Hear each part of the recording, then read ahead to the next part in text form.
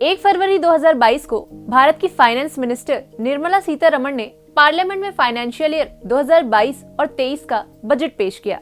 Budget में किसानों के लिए कई अनाउंसमेंट्स किए गए, जिसमें गंगा किनारे चलाई जाने वाली एक ऐसी योजना का भी अनाउंसमेंट किया गया जिसका फायदा उत्तराखंड, बिहार, उत्तर प्रदेश और पश्चिम बंगाल जैसे राज्यों को होगा। फाइनेंस मिनिस्टर निर्मला सीतारमण ने गंगा कॉरिडोर में केमिकल फ्री नेचुरल फार्मिंग को बढ़ावा देने की योजना बनाई है। उन्होंने कहा कि सरकार साल 2022 तक किसानों के आय को डबल करने के अपने लक्ष्य पर अभी भी कायम है।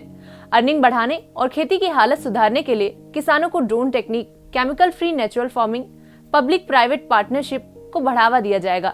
कृषि और कृषक कल्याण योजनाओं का टोटल बजट इस बार 1.24 लाख करोड़ रुपए रखा गया है, जो पिछले बजट के कंपैरिजन में करीब 6,000 करोड़ ज्यादा है।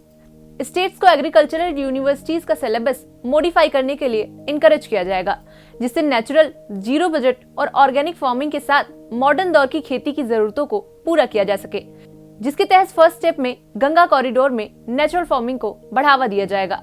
हालांकि ये योजना 2016 से राष्ट्रीय गंगा मिशन के तहत चल रही है और बहुत से किसानों को इसका लाभ भी मिला है। क्या है केमिकल फ्री नेचुरल फार्मिंग, आइए जानते हैं।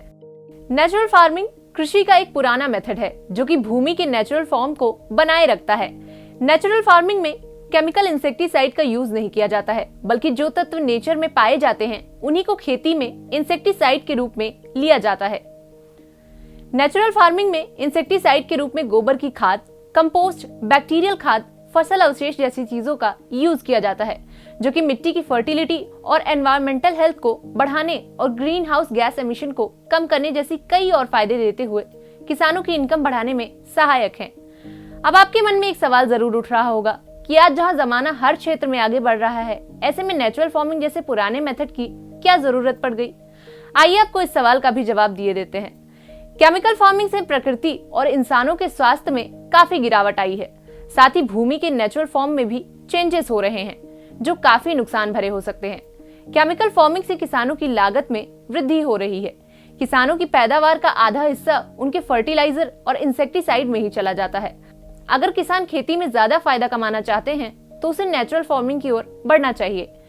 केमिकल फर्टिलाइजर्स और इंसेक्टिसाइड के यूज से खाद्य पदार्थ अपनी गुणवत्ता खो देते हैं, जिससे हमारे स्वास्थ्य पर बुरा असर पड़ता है।